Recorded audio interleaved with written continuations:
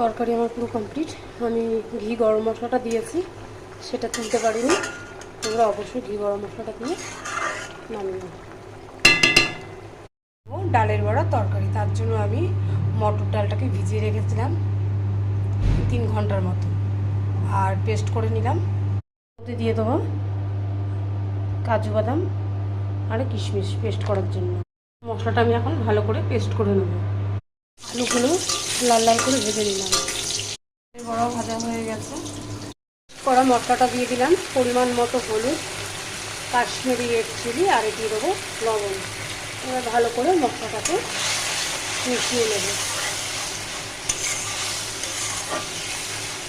যতক্ষণ মশলার থেকে তেল ছেড়ে না আসে ততক্ষণ এবার ফুটতে থাকবে। তেল ছেড়ে এসে এবার আমি ভাজা আলুগুলো দিয়ে দেবো। এবার একটু মশলার সাথে মিশিয়ে নিই।